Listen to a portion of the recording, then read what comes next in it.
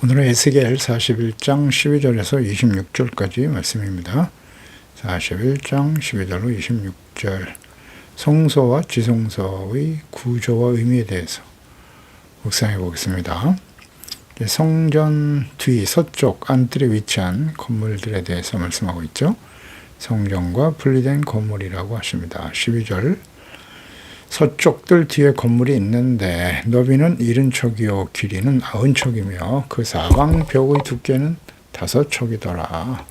그 성전을 측량하니 길이는 100척이요 또 서쪽 뜰과 그 건물과 그 벽을 합하여 길이는 100척이요 성전 앞면의 너비는 100척이요 그 앞 동쪽을 향한 뜰의 너비도 그러하여 서쪽 뜰 뒤에 있는 건물, 이게 솔로몬 성전에도 보면 이와 비슷한 건물이 있었으나 그 용도는 정확하게 나타나 있지 않습니다. 다만 분리된 지역이라는 표현과 이 건물을 출입하기 위해서는 성소와 완전히 분리된 길을 사용하였다라는 사실을 감안하면 성전에서 유출되는 모든 종류의 쓰레기나 오물을 처리하여 성전 밖으로 내보내기 위한 목적으로 만들어진 일종의 창고 용도로 만들어진 것으로 추측할 수 있습니다. 이 건물의 크기가 너비는 70척, 대략 36.8m니까 37m에 이르네요. 동서간의 길이 90척이다. 47.3m 정도. 사방 벽의 두께가 5척, 2.6m의 두께로 만들었습니다.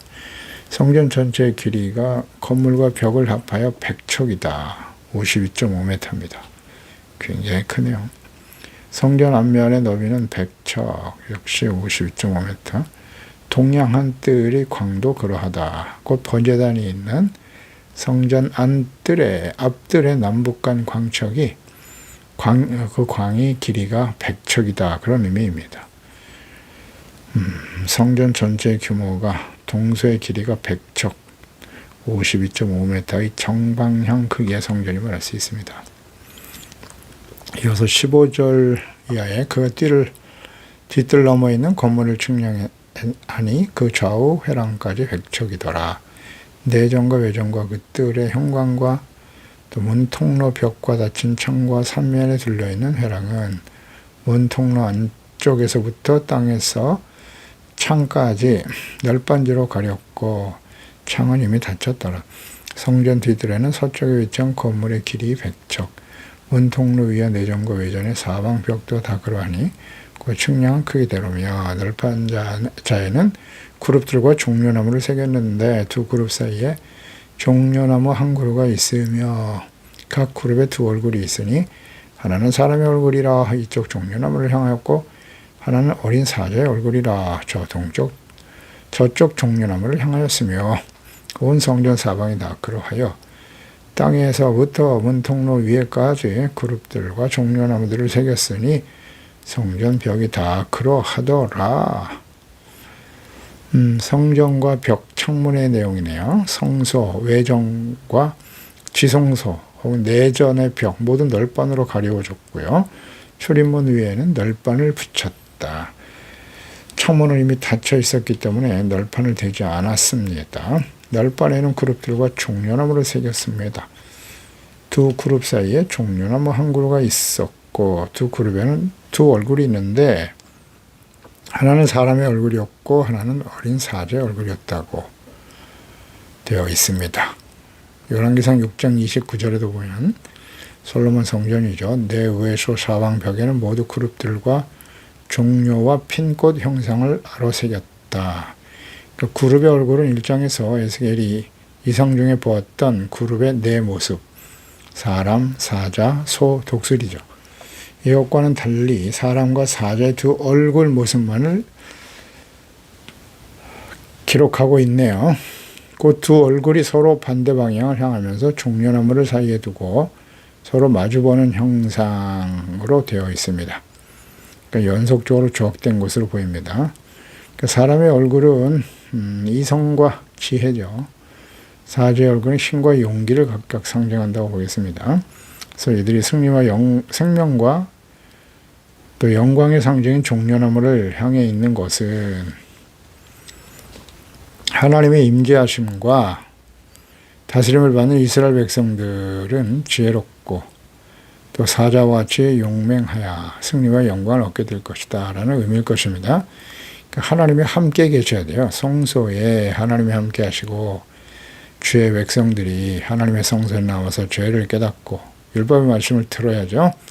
듣고 배우고 죄를 깨닫고 회개하고 제사를 통해서 용서받고 의롭다함을 얻고 하나님과 화목하게 되어질 때, 그러니까 하나님이 다스리시는 하나님의 나라의 거룩하고 의로운 주의 자녀들이 되어질 때 하나님께서 함께 싸워주시고 승리하게 하시며 생명과 구원, 번성케 하시는 은혜가 충만하게 될 것이다 라는 의미겠죠.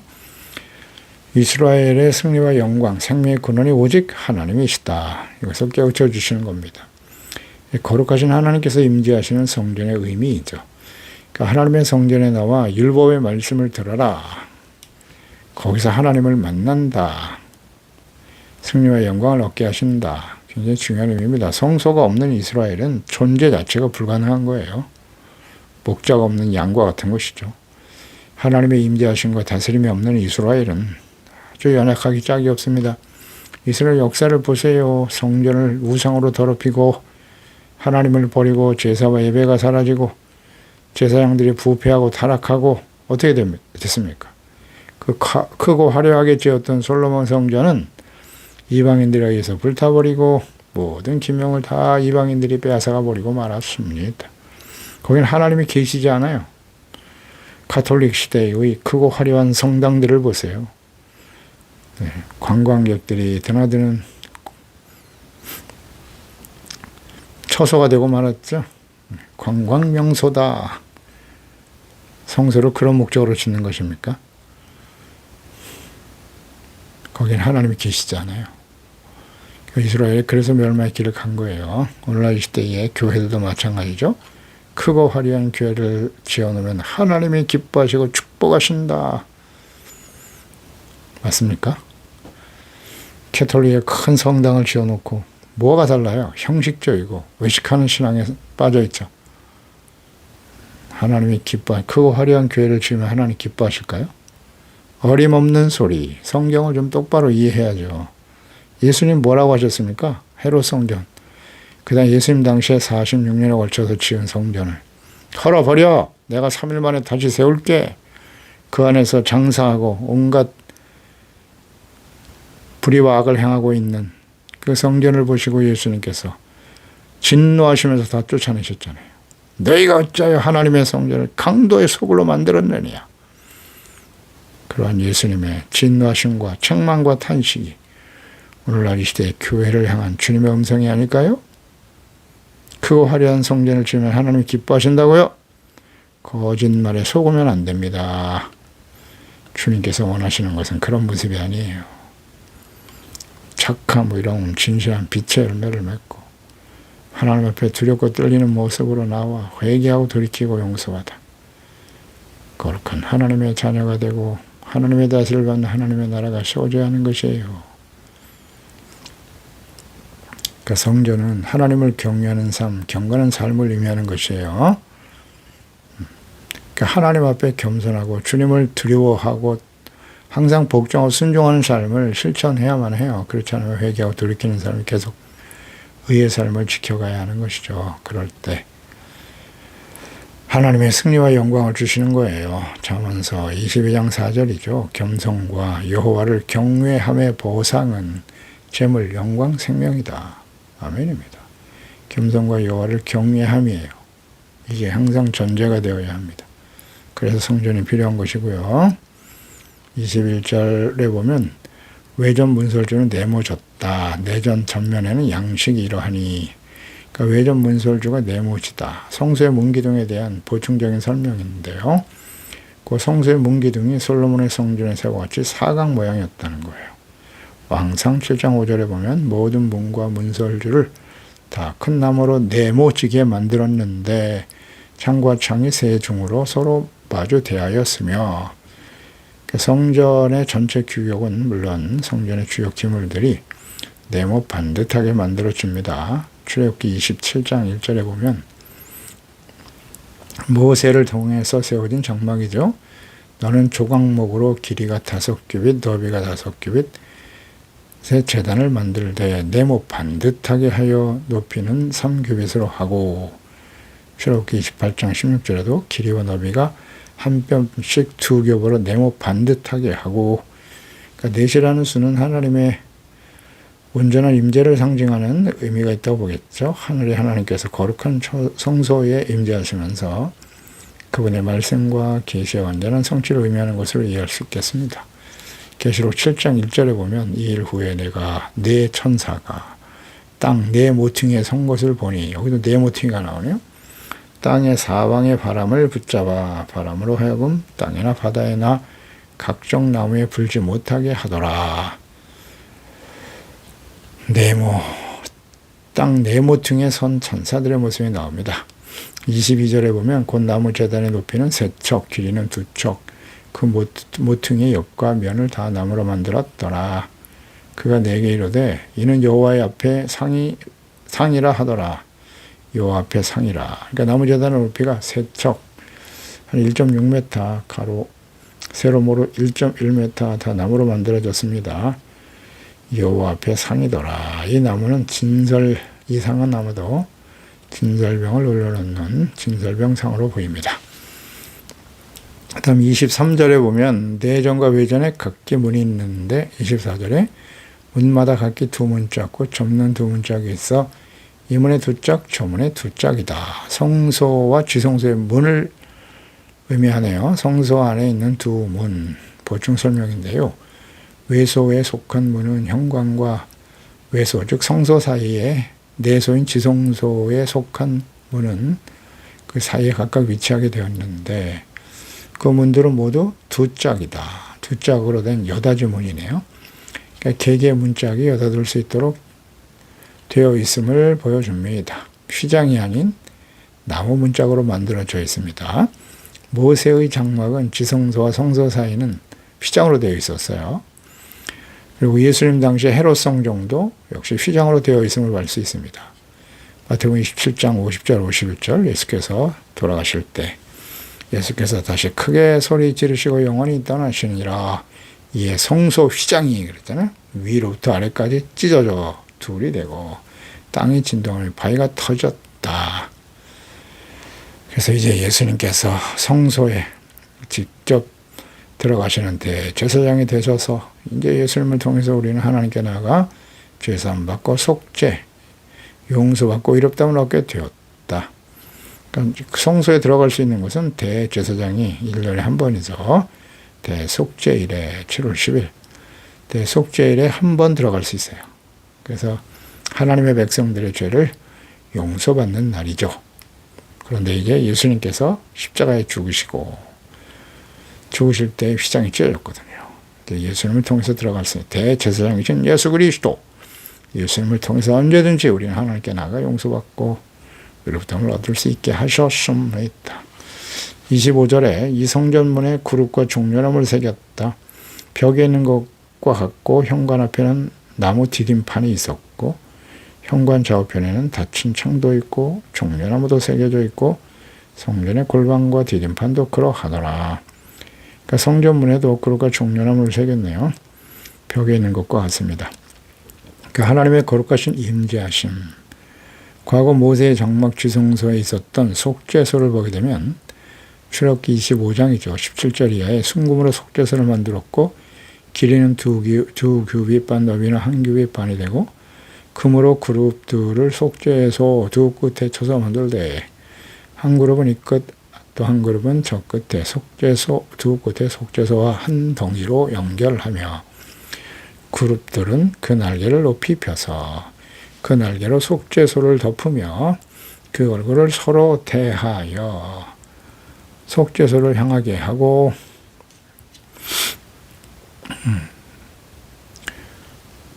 속죄소를 궤 위에 얹고 그가 네게 줄 증거판을 궤 속에 넣어라. 거기서 내가 너와 만나고 속죄소에서 만나죠. 증거궤에 있는 두 그룹 사이에서 내가 이스라엘 손을 하여 내 명령할 모든 일들을 너에게 이르리라. 여기서 말씀하시고 만나주시고 용서해 주시고 속죄를 지성소에서 하는데 지성소 안에 이 법궤 위에 속죄소가 있었다. 두 그룹이 새겨 있었죠. 이건 이제 성소의 역할과 의미인데요. 하나님의 거룩한 임재하심 앞에 겸손하게 회개하고 또 용서받고 의와 거룩함을 회복하면서 하나님을 경외할 때 하나님께서 그들과 함께 하시며 승리와 영광, 생명이 넘쳐나게 하시는 것이다. 하나님이겠죠. 종려나무 그룹들. 하나님의 거룩한 임재하심. 속죄소 안에, 법궤 안에는 뭐가 들어있다고요? 증거판. 증거판을 내 궤 속에 넣어라 그랬거든요. 하나님의 십계명 돌판이죠. 돌판이 들어있고 언약 계명의 말씀들 그 위에 하나님이 계시고 그 말씀 앞에 저희를 깨닫고 회개할 때 주님께서 그 속죄소에게 너에게 이르리라 하셨거든요. 그 안에 증거궤가 들어있기 때문에 하나님의 십계명 돌판이잖아요. 그러니까 하나님의 계명의 말씀들을 하나님의 성소에서 끊임없이 선포하고 증거해야 돼요. 듣고 배우고 죄를 깨닫고 용서받는 이것이 바로 성소의 의미죠. 그러니까 이스라엘 백성들의 멸망의 원인은 형식적인 신앙. 그렇죠? 우리 예루살렘에 성전이 있기 때문에 우리는 절대 망하지 않을 것이다 라고 하는, 그리고 정작 그 성전에는 온갖 우상이 가득하고 온전한 제사와 예배를 드리는 제사장들이 없더라는 거죠. 제사장들이 부패하고 타락하고 우상 숭배에 온상이 되어버린 성전, 그곳에 하나님 계시겠습니까? 그래서 우리는 오늘날 예수 그리스도의 몸인 교회, 그리고 이제 하나님의 성령께서 우리 그리스도인들, 하나님의 자녀들의 심령 속에 임재하여 계신 우리의 마음이 성전이란 말이죠. 이 성전을 절대 더럽히면 안 됩니다. 우상과 죄악으로 더럽히면 안 돼요. 하나님께서 진노하십니다.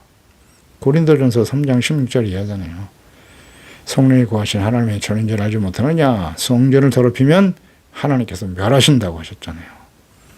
예수님의 그 진노하심이 오늘날 이 시대 교회를 향한, 또 구원받은 하나님의 자녀들 한 사람 한 사람을 보시면서 외식하고 점점 바리새인화 되어져가는 형식적인 신앙을 가진 자들, 거짓된 제사장 역할을 해야 될 목사들의 부패와 타락 심각합니다. 이 마지막 때가 될수록 더욱더 심화되겠죠.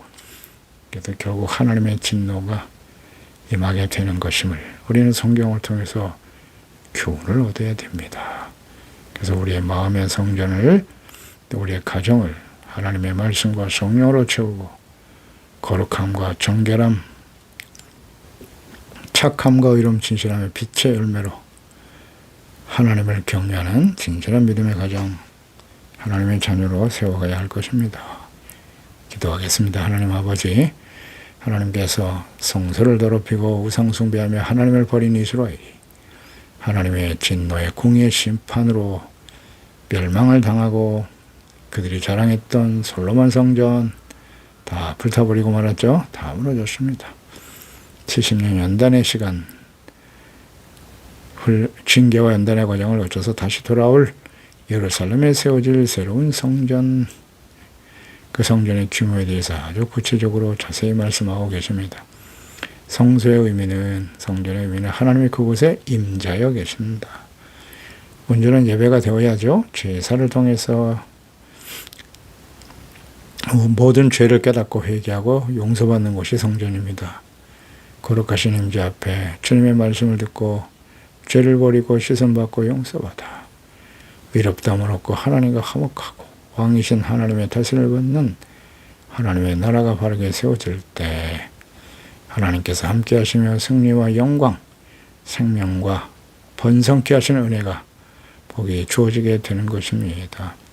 그러나 이스라엘 역사를 통해서 우리가 확인한 바 하나님의 그 새로운 성전은 예수 그리스도를 통해서 이 땅에 이루실 하나님의 나라요, 그리스도의 몸을 통해서 세워질 하나님의 성전이며, 성령께서 우리 가운데 믿는 자들의 심령 속에 임하여 거룩한 성소에 임재하시며 우리를 인도하시는 것이오니, 우리 안에 계신 성령님 영원히 그 속에 함께 계시겠다고 하셨습니다. 성령을 근심케 하는 자들이 되지 않게 하시고 하나님의 말씀을 듣고 진리의 영신 성령의 인도하심을 따라 의와 거룩함과 진실함으로 빛된 하나님의 자녀로 우리의 몸을 하나님이 기뻐하시는 거룩한 산제사로 드리는 온전한 예배자로 전 앞에 세워지게 도와주세요. 예수님의 이름으로 기도드리옵나이다. 아멘.